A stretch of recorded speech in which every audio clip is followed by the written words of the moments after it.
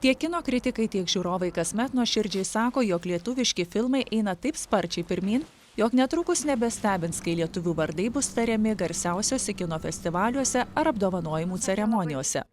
Jau ir dabar mūsų šalies kūrėjų darbai pastebimi ir įvertinami tarptautinėse kino salėse. Tad lietuvių komisijai darosi vis sunkiau ir sunkiau išrinkti tuos 5, o po to ir tą vienintelį. Šių metų 5 nominantai buvo minėti ne kartą ir ne 2 kitose kategorijose. Atėjo ta lemiama akimirka.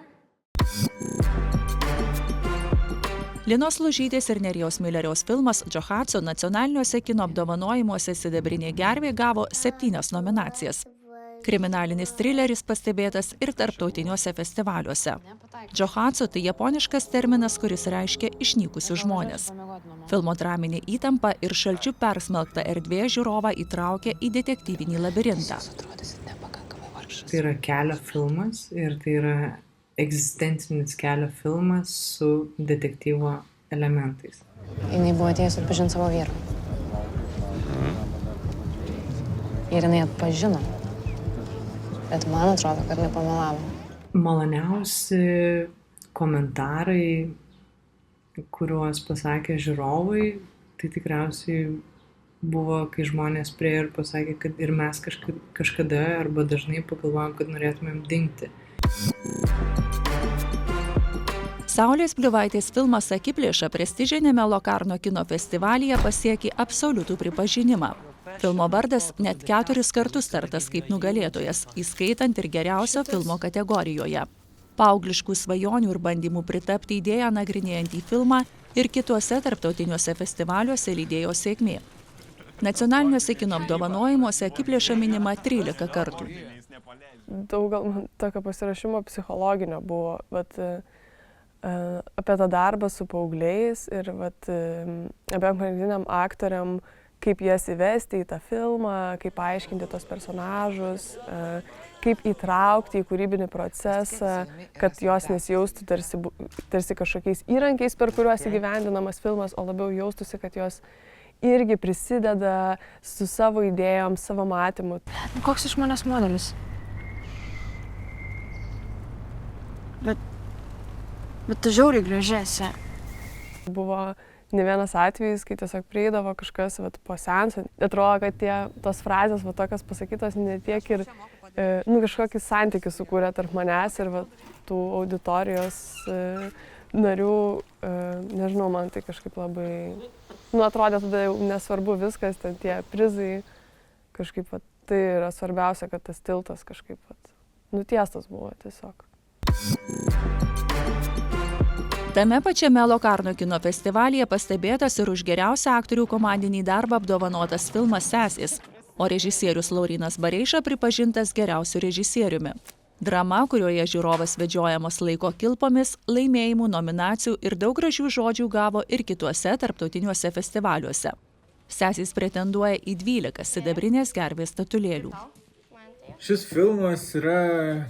Toks galima sakyti, kaip dvasinis tęsinys to pirmo mano filmo Piligrimai. Jame nagrinėjamos panašios temos, tai gal kita laiko perspektyva. Sesės yra labiau apie tai, kaip mes realiai tuo pačiu metu reaguojame kažkokius įvykius, kuriuos jau tada jaučiam, kad tai bus kažkokie labai reikšmingi mūsų gyvenimui, mūsų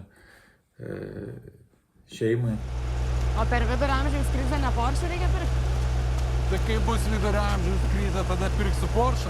Kas ta vidurio amžiaus krizė? Kai labai nori demonstruotis ir tada demonstruojasi. 8 nacionalinių kino apdovanojimų Sidabrinė gervė nominacijas gavusią kulinarinę komediją Gardutė režisavo Eglė Vertelytė.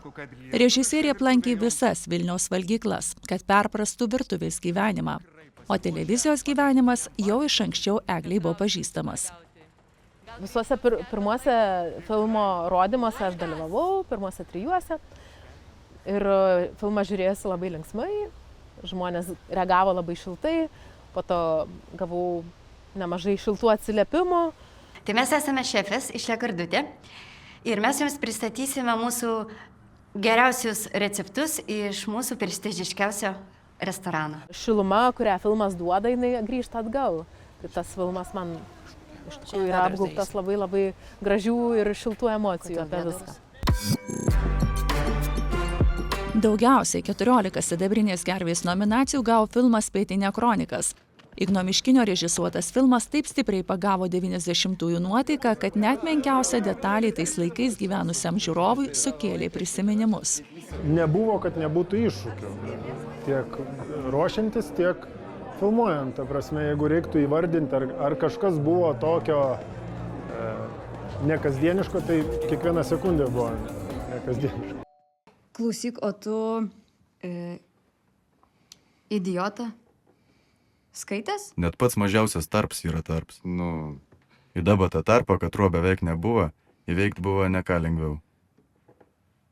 Komanda, ta pagrindinė, iki dabar veikia toks susirašinėjimo kanalas, kur mes vis dar pabendraujam visi. Tai, man atrodo, tai rodo, kad